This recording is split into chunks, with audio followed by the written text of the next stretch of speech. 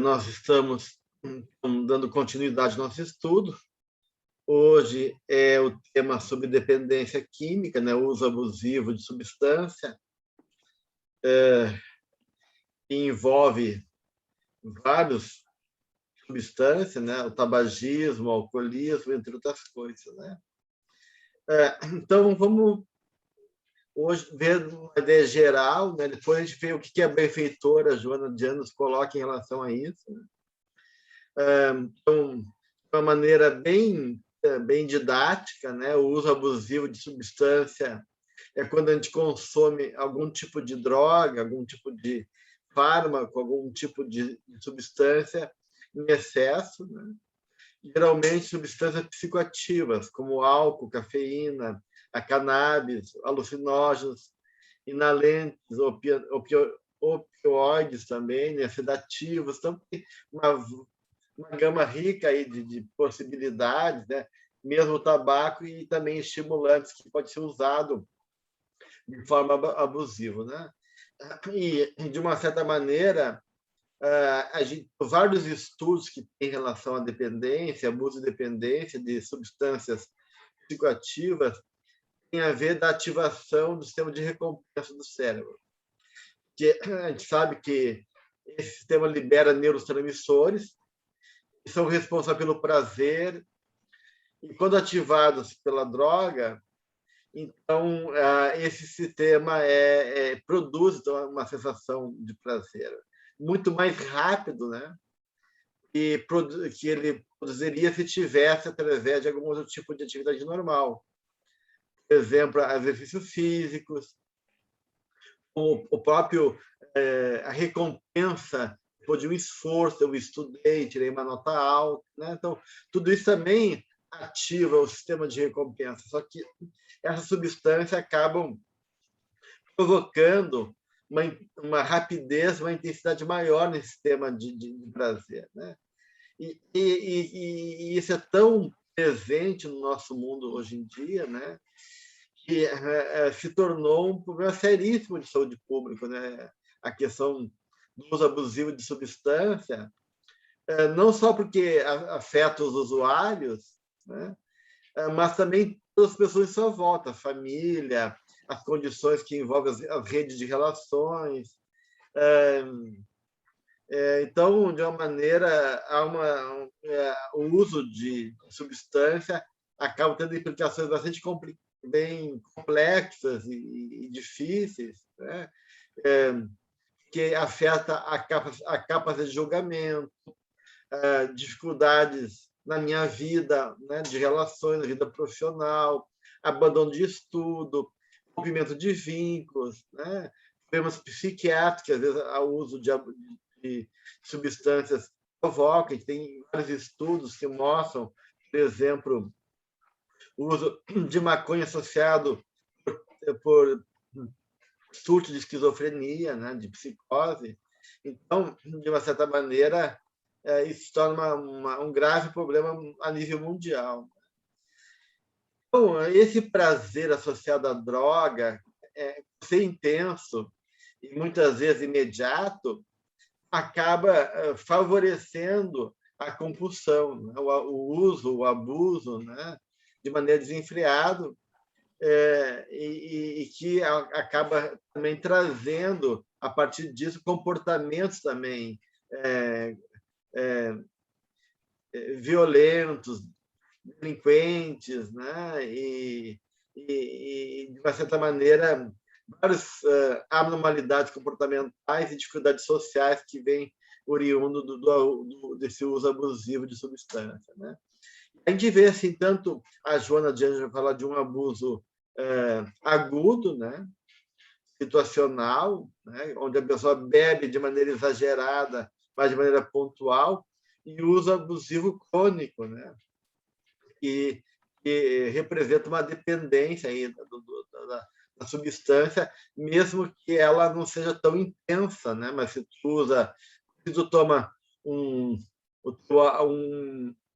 por semana uma dose de álcool, mas não consegue abrir mão daquela dose semanalmente, isso já é considerado uma dependência, né? Então, uma certa maneira, não é só a intensidade do uso da substância, mas também realmente esse uso crônico que reflete uma dependência em relação àquela substância, né?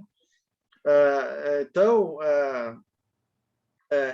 o uso, né, abusivo de substância, ele vai afetar várias dimensões da nossa vida, né? Vai ter sintomas cognitivos, né, comportamentais e fisiológicos, né?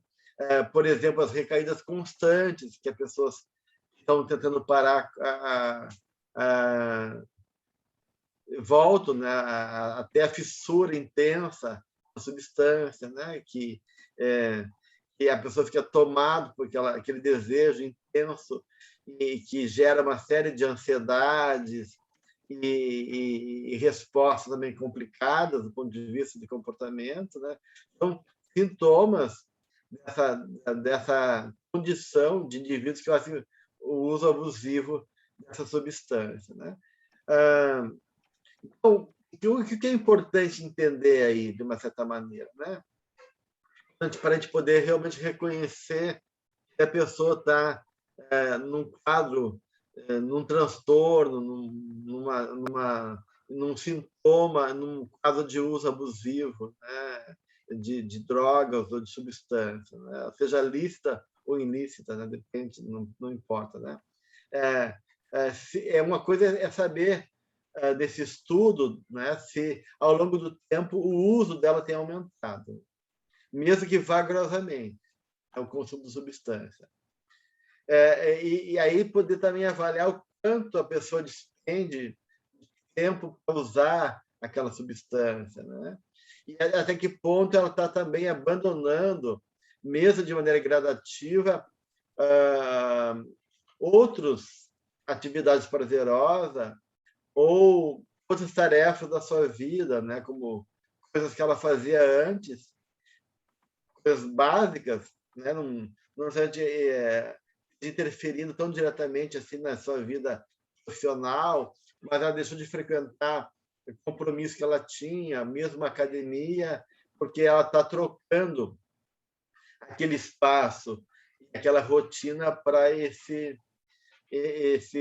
espaço de uso da substância. Então, um transtorno por uso de substância, ele é caracterizado por alguns elementos importantes, né? O baixo controle sobre o uso da substância, né? O prejuízo social, o uso arriscado da substância, né? A pessoa se coloca em risco ou a terceiro em função do uso, né? de uma substância, os efeitos farmacológicos, né? E a tolerância e abstinência também, que são coisas importantes a serem consideradas quando se usa, né? E tem vários fatores de risco que envolve e de proteção que envolve o uso abusivo de substância, né? Os ambientais, que é a disponibilidade da droga, né? Se é mais fácil, mais difícil, a questão social, econômica, situação de pobreza, mudanças sociais, cultura do ciclo de amigos, a questão da profissão também, tem muita profissão que favorece. Aqui no Brasil, por exemplo, há estudos de caminhoneiros que fazem muito uso de substância psicoativa durante as estradas, botando em risco a vida deles e dos outros, para poder não dormir, para poder estar mais aceso, né? Então, essas profissões, né, tá ligado a fatores de risco, né? Também normas e atitudes culturais, depende da cultura, isso também é um fator que favorece. As políticas também, né, de cada país em relação a drogas, tabaco e álcool, isso são fatores de risco. Os fatores também de proteção ambientais também pode ser de proteção, né? A própria situação econômica pode ser um fator de risco, mas pode ser um fator de proteção. O controle das situações é um fator de proteção, né? O apoio social pode ser um fator de proteção. A integração social é outro fator de proteção. E acontecimentos positivos da vida também são fatores de proteção. Fatores individuais de risco, né? uma predisposição genética, né, que a gente sabe que existe, né, para álcool, para o uso de substâncias psicoativas, pessoas com vítimas de maltratos quando criança, é um fator de risco, transtorno de personalidade, favorece o uso abusivo de substância, problemas familiares, rupturas familiares, familiares de dependentes. Depois a gente vai ver algumas características familiares que são mais presentes nessa dinâmica, né? Ou fracasso, né? Fracasso escolar, histórico de fracasso durante a vida também é um fator de risco. Exclusão social é outro fator de risco. Depressão e comportamento suicida também é um fator de risco. Então, são fatores de risco que pode ajudar a pessoa a buscar uma saída desse abuso de substâncias psicoativas. Um fator de proteção é capacidade de resolução de dificuldades, então, enfim, a nível individual, tá? A eficácia da pessoa saber lidar com as dificuldades, a percepção de riscos, a pessoa ter uma boa clareza dos riscos que envolve, né, essa realidade, comportamento favorecido à saúde, a pessoa tem compromisso com a saúde, né, quer ter uma vida saudável, capacidade de resistência à pressão social, né? Então, e comportamentos gerais, né, de saúde, tudo isso são fatores de proteção que ajuda a pessoa de alguma maneira, se proteger e não se colocar em risco em relação ao uso abusivo, né? Quais são os critérios para dependência de substâncias segundo o CID, né? Tem que ter mais ou menos 3 ou mais, né, dessas características ou sintomas em qualquer momento durante o ano anterior que ele se encontra, no estágio que ele se encontra. Um desejo forte ou compulsivo para consumir a substância, dificuldade para controlar o comportamento de consumo de substância em termos de início, fim ou nível de consumo, a pessoa não tem controle, né? Estado de abstinência fisiológica, quando o consumo é suspenso ou reduzido. Então, ela pode ter uma síndrome de abstinência característica ou consumir a mesma substância ou outra para aliviar ou evitar sintomas de abstinência. Então, a pessoa está tentando parar e tem uma síndrome de abstinência ou tenta compensar com o uso de uma outra droga. Tolerância, né? Evidência de tolerância, ou seja, a pessoa tem necessidade de usar cada vez doses mais crescentes, porque aquilo não dá mais efeito. Isso é um fator importante, né, gente? Pessoas que têm bastante tolerância ao álcool, por exemplo, tendem a beber mais, porque se eu tenho pouca tolerância, se eu fico indisposto, se eu fico muito tonto muito facilmente, a tendência minha é evitar, né? Porque aquilo tem um efeito indesejado, né? Então, as pessoas que têm uma tolerância maior, e essa tolerância aumenta com o uso, né? Com a vontade, com a necessidade de ter mais uso para chegar no mesmo estágio de euforia ou de uma certa estado alterado de consciência, né? Então, isso também é um fator de risco, né? Porque a pessoa vai buscando consumir cada vez mais sem sentir que está ficando dependente, né, da substância. Aquilo que eu falei para vocês, né, o abandono progressivo de outros prazeres ou interesses devido ao consumo de substância psicoativa, aquilo vai ocupando o lugar dos prazeres, né? E o aumento empregado para conseguir ou consumir, né, a substância. A pessoa começa daí a ficar tomada por a necessidade de comprar, de sair, até de buscar em risco até a sua vida, né? E começa a cada vez mais ocupar o tempo dela em função do consumo de substância. Então, isso também é um sintoma que tem que ser levado em consideração, né? E, por último, a persistência do consumo, apesar das provas evidentes de consequências prejudiciais, né? pode ter lesões hepáticas causadas por o consumo excessivo de álcool, o humor deprimido depois que passa o efeito, né? A perturbação das funções cognitivas relacionadas à substância. Então, tudo isso, né, a pessoa já está consciente disso, da gravidade do dano, foi alertada, e mesmo assim ela não abre mão do uso. Então, isso também é um outro sintoma importante em relação ao uso abusivo de substância. Alguns conceitos importantes, né, para entender melhor essa dinâmica, né? O que é essa tolerância que a gente fala, né? Quando a gente fala que essa tolerância como é um dado importante em relação ao abuso de substância, é quando o sistema de recompensa do cérebro se adapta à quantidade de substância ingerida, tornando-se, então, menos sensível a ela. Portanto, o indivíduo precisa de, às vezes, maiores e mais frequentes doses para sentir o mesmo prazer rápido e intenso que sentia antes, né? Então, e também aliviar os sintomas da abstinência. Então, isso é a questão da tolerância, né? A intoxicação, né, é o aparecimento de sintomas específicos devido ao uso recente da substância. A pessoa usou e, de repente, né, frente ao uso, alguns sintomas aparecem. Pode ser alteração de humor, sudorese, taquicardia, alucinações, ataques de pânico, agitação.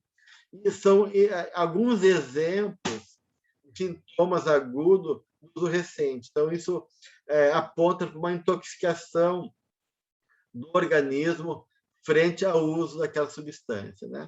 E tem a questão da abstinência, que é outro fator importante, né? Os sintomas devido à interrupção ou à diminuição do uso da substância, né? Então, a pessoa quer parar ou quer diminuir, começa a ter, então, uma abstinência, que pode ser sintomas depressivos, aumento do apetite, pesadelos, insônia, pensamento lento, temores, agitação, tudo isso pode ser sintomas de abstinência, né? A falta da substância, né? E essa falta gera sintomas físicos ou sintomas psicológicos. E tem a questão da dependência, né? A dependência, então, a gente está vendo aqui, nesse conjunto de fatores, de sintomas que a gente está descrevendo em relação ao uso abusivo de substância, é realmente a incapacidade, então, do indivíduo de parar o uso, né? Mesmo sabendo que isso está lhe causando problemas sociais e de saúde, né? E tem pessoas que acabam não fazendo um uso agudo da substância, elas não chegam a ficar alterada muito, mas se elas fazem um uso frequente, sistemático, e não conseguem abrir mão, ela também é dependente. Porque elas têm muita resistência de aceitar isso, né? Porque como elas não ficam alteradas, não, mas eu bebo socialmente, se eu quiser parar, eu paro, né? Mas, na verdade, é uma desculpa, porque ela está lá, de uma certa maneira, realmente dependendo, né? Mesmo que não tão frequentemente, mas se ela faz usa uma sistemática e não consegue deixar de usar, então isso também é uma forma de dependência, né? Então, isso é algo importante a ser considerado, né, gente? A benfeitora, né, ela realmente vai reforçar tudo isso, né? Ela vai trazer realmente essa noção, né, que a drogadição, que é o termo que ela usa, né, é um dos problemas mais graves da saúde mental e orgânica na atualidade, né? Até a ponto que alguns autores espirituais, como o Luiz Sérgio, chama a droga como a besta, né? Como o símbolo da besta, né? Do quanto ela acabou realmente invadindo a realidade de todo o mundo, né? E, e, da, e do estrago que ela faz, não só no sistema nervoso e físico, mas todo esse campo a nível de comportamento, em termos de vida social e assim por diante, né? E aí a Joana ela coloca dois níveis diferentes de pessoas que tendem a se colocar mais vulneráveis, a gente pode dizer assim, em relação ao uso abusivo de substância. Ela fala de pessoas que são inseguras, né, atemorizadas, diz a benfeitora, né, que tem um receio diante da vida, né, em que a vida lhe parece injusta, perversa, e elas acabam tendo uma dificuldade de tolerar as frustrações ou lidar com a vida, e aí elas acabam usando a substância como uma forma de compensar essa incapacidade de enfrentamento na vida, né? E ela fala também de outras que elas chamam de perfil dependente, né? Que são pessoas que têm uma associação à vida a ter sempre uma vida mais regressiva, onde a existência deve sempre ser colocada de maneira agradável, prazerosa, e aí a pessoa acaba ficando querendo viver nesse mundo do paradisíaco, né? E qualquer tipo de injunção aflitiva, elas querem evitar. Então, elas querem ficar no reino da grande mãe, né?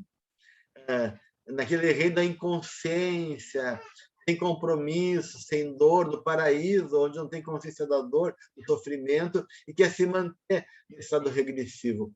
Alguns estudos indicam, né, a gente não sabe até que ponto isso é comprovado, mas alguns estudos indicam que a sensação que a pessoa que usa uma substância psicoativa é parecido com a sensação que o bebê tem ao sugar o seio materno, né? Então, não é uma sensação só de prazer físico, é uma sensação urubórica de estar, digamos assim, mergulhado no self materno, né? Diluído naquele self. Então, é como se a busca da droga, do uso de substância, é uma tentativa de recuperar aquele estado do bebê que está no estado de indiferenciação com o mundo da mãe, né? Indiferenciação emocional, onde ele está ali diluído no universo onde não tem conflito, né? Ainda mais quando ele está pedindo prazer, né? No mamar, né? Então, é como se fosse um tipo de estado regressivo do ponto de vista emocional, né? Isso algumas pessoas colocam em relação ao uso abusivo da substância. E uma das coisas que se tem bastante assim relatos, né, é o quanto os conflitos do lar, né, pode contribuir de maneira não que seja o único fator, porque na verdade são vários fatores, né, gente. A própria Joana de Anjos vai falar de vários fatores que levam a pessoa a fazer o uso abusivo de substância. Mas um dos elementos que mais contribuem é realmente para a fuga em direção às drogas, isso a Joana vai colocar, é o conflito do lar, né? A ausência de diálogo, ela vai colocar entre os genitores e os filhos, agressões, conversações doentias, a falta de afeto, de carinho, em relação também ao processo de cuidado, educação doméstica, né? Isso tudo faz com que a criança e depois o adolescente se sente que à margem daquela família, que expulso daquele convívio, ele vai buscar uma identificação com o universo a qual ele seja acolhido, né? E se ele não tem uma habilidade ainda emocional, ele acaba, então, se deixando levar, até muitas vezes por uma forma de se autoafirmar, para esse uso cada vez mais intenso e abusivo de alguma substância, né? Então, isso a Joana vai ser bastante assim firme na sua posição, do quanto, né? A gente sabe que a família pode ser tanto um fator de protetor, né? E como seja de uso abusivo de qualquer tipo de doença mental, então a família é a base de proteção, né? Mas também pode ser se transformar num fator de risco muito sério, muito importante para várias disfunções, né? Então, a gente vê que aspectos assim de patológicos de famílias de pessoas dependentes, de aditos, né?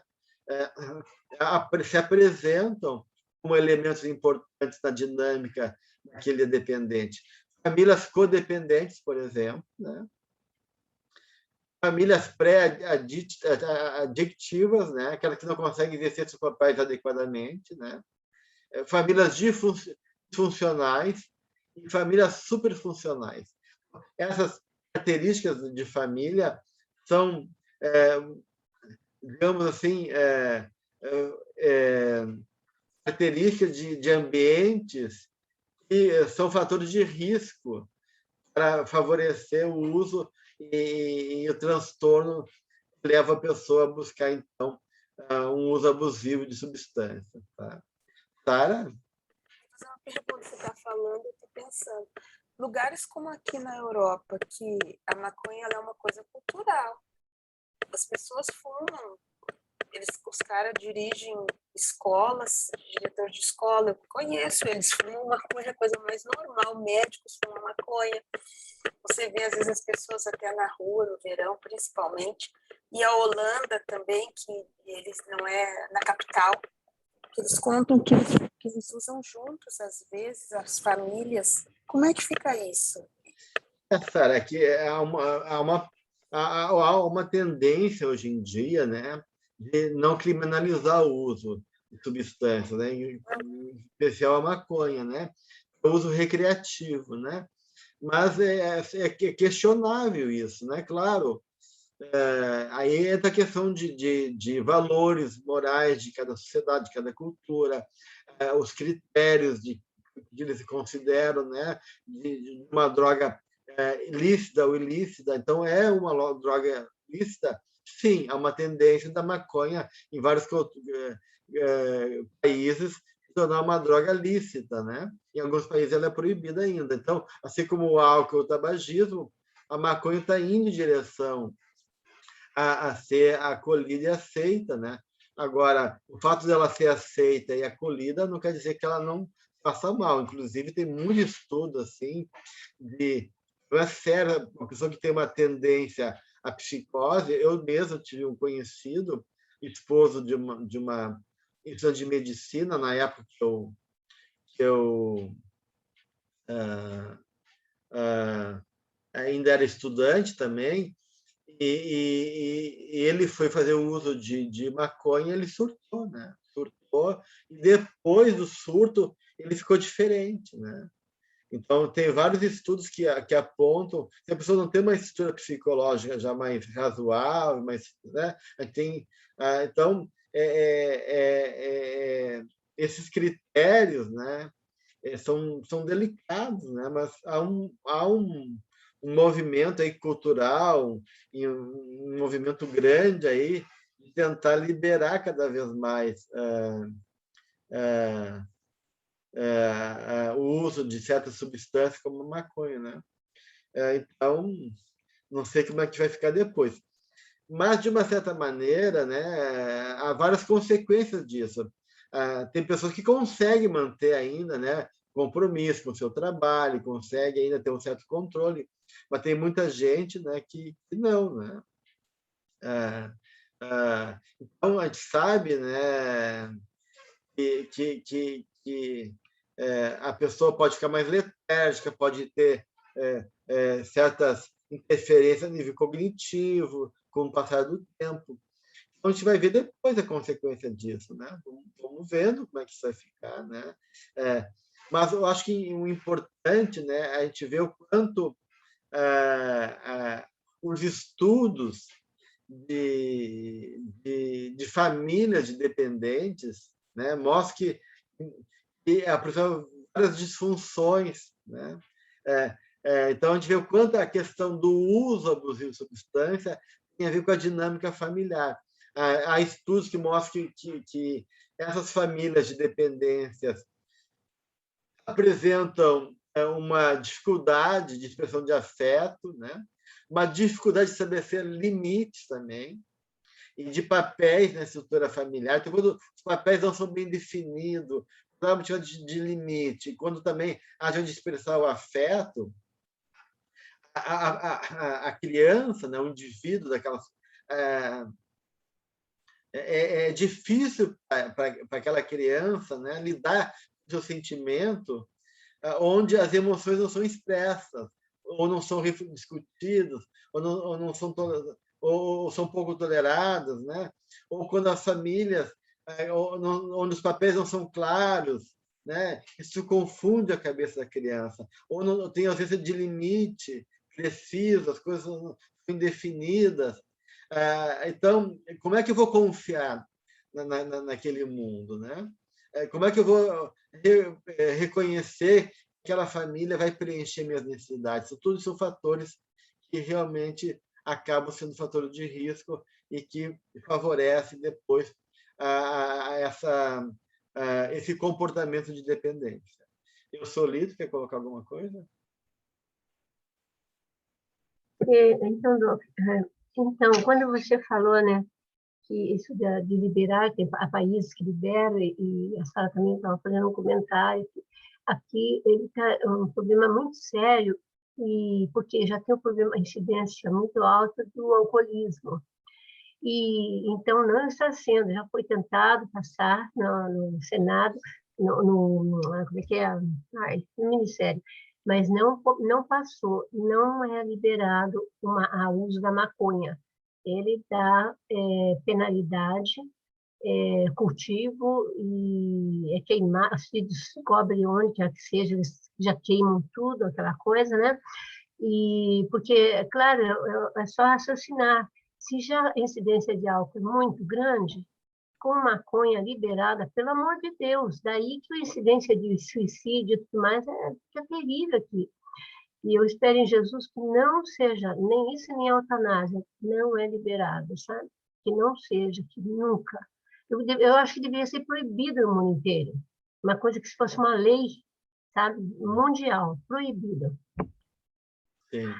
Absurdo Porque, isso. na verdade, o uso recreativo leva ao uso abusivo, né? O próprio álcool, né? O quanto o álcool se tornou realmente, o próprio tabagismo, até as consequências sérias em termos de saúde, né? Saúde, e isso dá milhões de gastos para os governos, porque tem as consequências da saúde dessas pessoas, né? Que depois o governo tem que tratar essas pessoas, porque tem uma cirrose, problema pulmonar e assim por diante. Então, isso acaba tendo efeitos danosos, não só na vida da pessoa, mas no sistema econômico do país todo, né? Então, isso acaba sendo um processo em cadeia de prejuízos vários na vida social, na vida econômica, na vida familiar, na vida do próprio indivíduo e assim por diante. Então, é um processo bem complicado esse, né? Sim, Mariana? sim, e eu só ia completar uma coisa. Está havendo uma inversão de uns anos para cá. Por exemplo, o uso do álcool pelo jovem está muito diminuído, é muito mais trendy, é mais tendência para o sem álcool free, como é que fala? Sem álcool, sabe? Beber sem álcool. E os pais estão percebendo também, eles ficam envergonhados de beber e os filhos tomando álcool sem álcool, né? É bebida sem álcool. E eu acho que é muito bom, tem que dar lição mesmo, e espero que continue essa tendência de uns anos já. Muito bem. Mariana? Gelson, tem também a questão da obsessão, né? Que é bem... A gente vê isso nos livros espíritas, né? Tanto o Filomeno de Miranda, ele traz bastante isso, André Luiz, né? A questão da obsessão nessa drogadição aí. Você pode falar? Sim, claro. A obsessão vai sempre estar presente, né, gente, em toda a dinâmica emocional que leva a transtornos de várias ordens, né? E nos vícios mais ainda, porque, como a gente falou, né, a pessoa acaba criando uma vibração fluídica e se acostumando com aquele teor vibratório. Os espíritos simpáticos daquele teor vibratório, seja qual é a emoção que for, seja qualquer tipo de dependência ou de compulsão, né, que é a compulsão ao sexo, à violência, ao uso de substância. Então, acaba ficando se identificando e, de uma maneira, acaba criando um jeito de ser que muitas vezes alimenta uma turba de espíritos ali que controla a mente da pessoa, né? E guiam a mente dela. Às vezes a pessoa nem é mais dona dela, né? Em certos casos obsessivos, a pessoa é teleguiada totalmente, passiva, e o que ela sente, o que ela pensa, muitas vezes, num nível de tão o entrosamento entre a mente da vítima com o obsessor, que não dá mais para diferenciar, né? Então, a obsessão realmente é um fator sério aí, porque às vezes fica mais difícil de sair ainda da dependência, porque tem a dependência em si, que já é complicada do ponto de vista físico e psicológico, mas a dependência espiritual pelo obsessor, tudo isso torna muito complexo, mas difícil ainda romper com o vício, né? Eu lembro que eu nunca mais esqueci, mas se bem que eu já esqueci um pouco essa história, eu acho que é no Tormentos da Obsessão, do Filomeno de Miranda, que tem um caso, né? Ele está internado lá na clínica por causa de drogas, mas o processo, o obsessor dele, né? O negócio é tão forte ali que a própria mãe do plano espiritual vem pedir permissão para ele desencarnar. E ele se perdia nas drogas e era aquela coisa assim, né, entre ele e o obsessor. E aí ela tem o consentimento, né, de antecipar a vida dele naquela encarnação. A Marlene Nobre, daquele livrinho dela, que é bem interessante, né? A Obsessão em Suas Máscaras, ela fala dessa possessão partilhada, que mostra que, muitas vezes, na maioria dos casos, ela vai colocar, né? A responsabilidade do espírito encarnado é muito grande, né? Ali no Sexo e Destino, por exemplo, né? No caso do Cláudio Nogueira, em nenhum momento ele foi constrangido a aceitar a companhia do outro. Então, de uma certa maneira, um aspirava aos objetivos desonestos do outro. Então, há uma certa complementação aí entre o obsessor e o obsediado, né? Tem as inclinações de cada um de nós e nosso sim, né? Mesmo que inconsciente, em relação ao convite do obsessor, muitas vezes. Sandra? Eu queria só contar para vocês, eu não sei se você, talvez o senhor já saiba também, vocês saibam que aqui, como tem na Suíça o suicídio assistido, a morte assistida, né, em caso de doença, eu estava lendo que em 5 países da Europa está sendo autorizado também isso para doenças psíquicas. Então, eu fico imaginando nisso que o senhor está contando, quando é que vai, minha Nossa Senhora, como isso pode escalar e qual é o limite, né? Eu não sei se foi, qual é o país. Bélgica, que eu sei, Espanha, Luxemburgo. Que uma jovem que está com depressão. 29 anos. Pediu, né, para ser eutanasiada e foi aceita, né? E conseguiu. É uma judiaria, né? Em contrapartida, eu também. Né? O que eu achei interessante, doutor Gerson, só rápido, existem aqueles que, quando recebem a autorização pro procedimento, eles bloqueiam, não, espera que eu estou me sentindo melhor. Se eu piorar, eu bato de novo, mas eu já tenho autorização recebida. Quer dizer, não tem, né? Era só isso que eu queria comentar.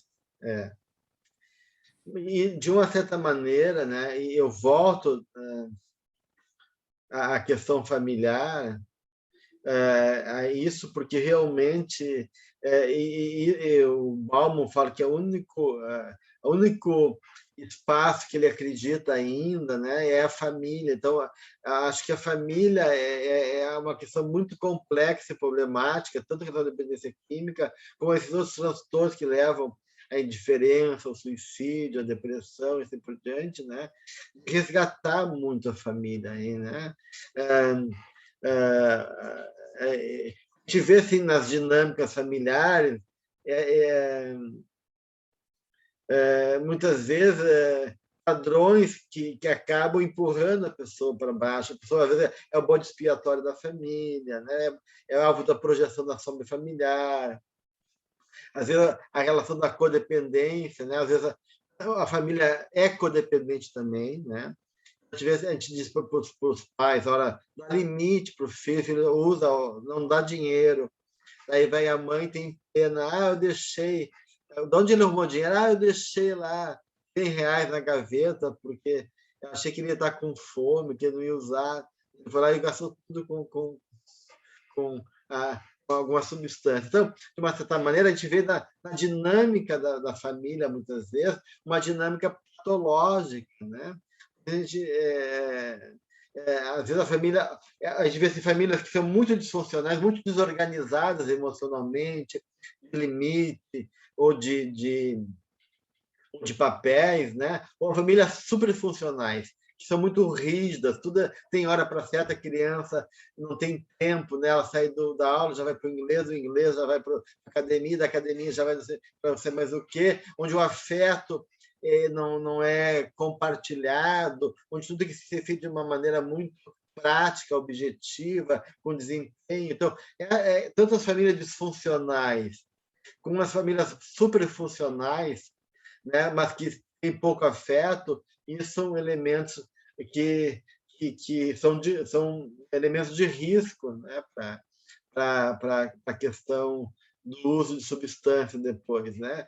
O paciente dependente, né, é um indivíduo para quem a droga acabou a pessoa desempenhar um papel central na organização dele, né, de uma maneira patológica, né? Mesmo quando a substância não proporciona mais prazer, né? Porque chega um nível do uso da substância, a pessoa farrapo humano, né? Aquele prazer todo, né, que ele tinha, porque ele deixou de comer, ele está passando fome, ele tem maltrato, ele está numa vida de miséria, de dor, de sofrimento, né? Mesmo então que aquele casamento, né, de prazer primeiro com a droga deixa de existir, né? Ela se torna indispensável. Então, ele não consegue mais sair da droga, né? Porque é tão difícil, porque está tão consumido, aí entra a obsessão também que a gente falava, né? Ele acaba não conseguindo romper, né? Então, de uma certa maneira, o que a gente percebe aí é que o uso dessa substância, né, funciona para o dependente como uma garantia permanente que não será confrontado com o sentimento de abandono ou desamparo, mesmo que ele esteja completamente abandonado e desamparado. Mas o uso da droga, da substância, remete a essa experiência de uma busca de preencher, de uma certa maneira, um vazio, né? Então, de uma certa maneira, o resgate do dependente é um resgate de dignidade, né? E de preencher um vazio brutal ali, de uma certa maneira, dentro dele, para poder construir um novo caminho com muito esforço, né?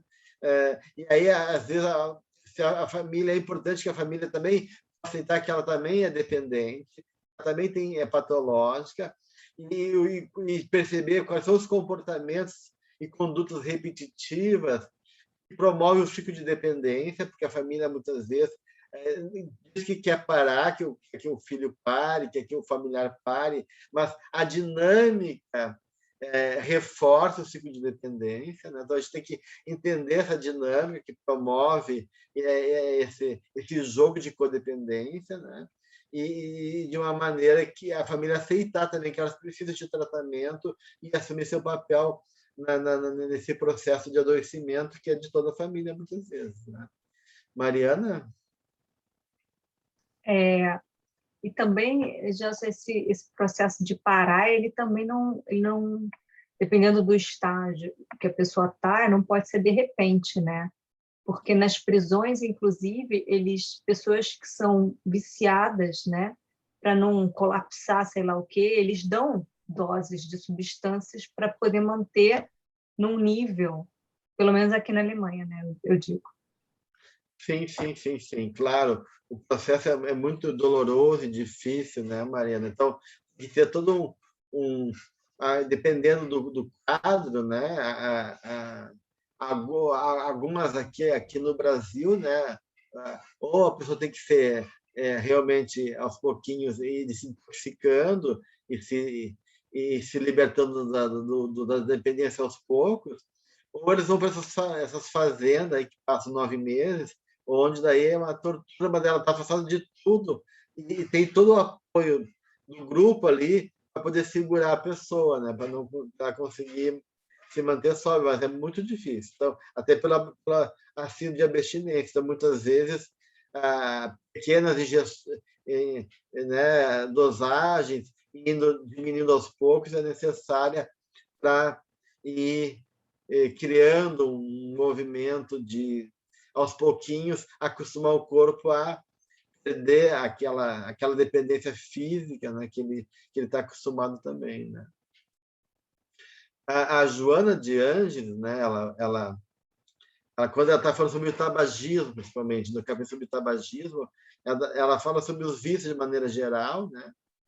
Então, que esses hábitos viciosos, né, ela vai dizer assim, né, eles acabam desenvolvendo uma ampla gama de conflitos que vão gerar uma série de inconsciência. Ela fala que esses vícios entorpecem o espírito, né?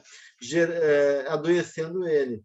Isso vai desarticulando as forças morais da pessoa, né? Ela vai perdendo a capacidade de integridade, de força, de resistência, né? Então, ela fala que todo hábito, seja ele qual for, é um processo contínuo, né? que resulta dessa dinâmica de manutenção a partir do exercício. Então, todo o processo de internalizar um hábito, assim como o vício, começa, né, de algum lugar, né? E mediante afinidade com este ou aquele aspecto, né, a pessoa vai criando então um padrão, né? Seja ele um padrão benéfico ou um padrão negativo, como é o caso de todos os vícios ou uso abusivo de substâncias, né? Quanto mais se repete, né, as tentativas e ações, mais elas vão se fixar no comportamento, né? Então, mesmo que a transformação é de dentro para fora, a Joana fala de uma segunda natureza, né? Que é essa baseada no condicionamento, né? É uma segunda natureza que é importante. Então, o trabalho também com comportamento, então a gente tem 2 trabalhos aí, né? Um a nível de comportamento, de mudar hábitos, de ações, de atitudes, e o a nível de dinâmica interna, né? Então, os 2 processos são necessários para poder realmente criar um processo de romper e ir fixando novos comportamentos e ajudar a ter, digamos assim, padrões de controle, de apoio, seja a partir desses novos recursos que eu vou internalizando, seja também comportamentos sociais, né? Eu evitar, né, ambientes sociais, eu ter comportamentos, a família me dá o apoio, me integrar a atividades que dão um novo sentido na minha vida, tudo isso formas de ajudar a criar novos hábitos para romper com aqueles vícios da qual eu sou prisioneiro. Denise? Oi, Gelson. Não, é que eu lembrei que eu assisti um filme e esse filme retrata, um primeiro filme que retrata realmente como vive o mundo do drogado. Tanto que o filme todo, eu chego a acreditar que aquela é a realidade dele, tu entra dentro da realidade dele. Só no final que tu percebe que aquele foi um mundo que ele criou. E eu só tenho a indicar esse filme. Eu acho que ele se chama Bliss e em português se chama Em Busca da Felicidade. Uhum. É importante, realmente tem muito filme interessante. Esse eu não conhecia. Esse foi o primeiro filme que eu vi que o diretor realmente conseguiu mostrar como é que é o mundo do cara que vive nas drogas. E criança de 13, 15 anos pode ver? Não, de jeito nenhum. Ok. Não, eu não assisti com as minhas filhas, não. Eu assisti com o meu esposo. Aí demorou a cair a ficha que era um filme de um drogado. É que aquela atriz Salma Hayek, sabe? Legal. Muito bem. É com ela. São com atores americanos bem famosos. Vale a pena assistir. Tá? Era isso. Obrigado, Denise. Patrícia, você quer colocar alguma coisa? Boa noite, doutor Gelson. Eu queria só perguntar aqui, porque a mentora fala logo no início do capítulo, na fase pré-tóxica, pode identificar o dependente como uma personalidade psicótica evoluindo para o processo esquizofrênico. Eu fiquei a me questionar o que seria essa fase pré-tóxica. Será que você pode... É o pré-dicta, né? Que a gente usa mais, né? Ele não seja ser um adito ainda, ele não está ainda dependente, né? Então, ele está ainda e ela não causou ainda uma interferência no cérebro, né? Então é pré-tóxica porque ainda não entrou no sistema de recompensa e não bagunçou lá o processo neuroquímico do cérebro. De uma certa maneira, por isso que muitas vezes o uso abusivo de substância desencadeia um processo de psicose, já estava lá, né? Aquela tendência, e com o uso da maconha ou de uma substância pode vir uma psicose que estava latente lá. O álcool também, doutor Gelson? O álcool também, mas as pesquisas mostram mais ligado à maconha, né? Bem, então a Joana, né? Ela vai falando da questão dos vícios e que esses vícios são decorrentes de uma acomodação mental e moral, as situações penosas e equívocas que a pessoa viveu, né? Porque a vida ela exige esforço, né? E que essa falsa sensação de prazer, né, que a pessoa busca não lidar com a realidade, essa acomodação mental e moral, vai levando a pessoa a, de uma certa maneira, se refugiar, então, em algum uso de substância. Ela fala de duas causas de tabagismo, né? Uma delas subjetiva, que ela coloca na fase oral, né, da proposta do Freud, né? A pessoa busca no contato com o cigarro, né? Para poder, de uma certa maneira, ter uma sensação ligada à gratificação, memória infantil lá da fase oral, né? Para poder compensar a timidez, o medo, ou a inferioridade, ou a insegurança, ou a baixa estima, ou a ansiedade, né? Então, que estão lá no inconsciente, diz a Joana, que são despertados. De uma certa maneira, o cigarro acaba sendo uma maneira de compensação. E outra é a própria dinâmica social, né? Que acaba reforçando, porque a família faz uso de álcool, de tabaco, a sociedade, né? Reforça os filmes, os atores fumando, a ideia de muitas vezes uma pessoa colocando no cigarro uma postura, como se o cigarro fosse parte de uma imagem de glamour e assim por diante. Então, toda essa questão objetiva ligada a fatores sociais externos, né, que envolve a convivência, são estímulos das pessoas também acabarem usando, de uma certa maneira, o tabaco ou mesmo algum outro tipo de substância, né? Então, a Joana fala muito dessa, digamos assim, postura exibicionista que as pessoas que usam o tabaco muitas vezes têm, e que cria um efeito mentiroso de prazer e de valor, né? Uma persona que o cigarro cria e que, de uma certa maneira, reforça, então estimula as pessoas a fazer uso de tabaco. A tendência no mundo é das mulheres fumarem mais do que os homens, né? Não sei como é que está agora, né? Mas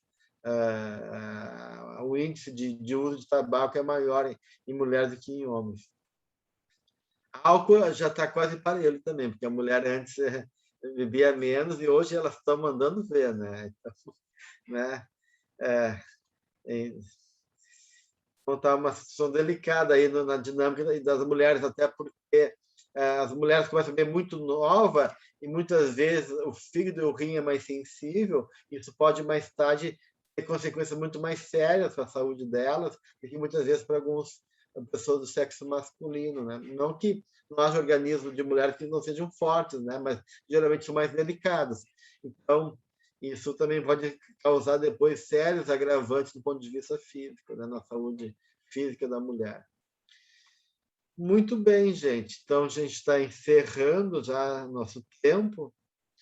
Então, a gente deu mais ou menos uma ideia geral, só para levantar algumas questões.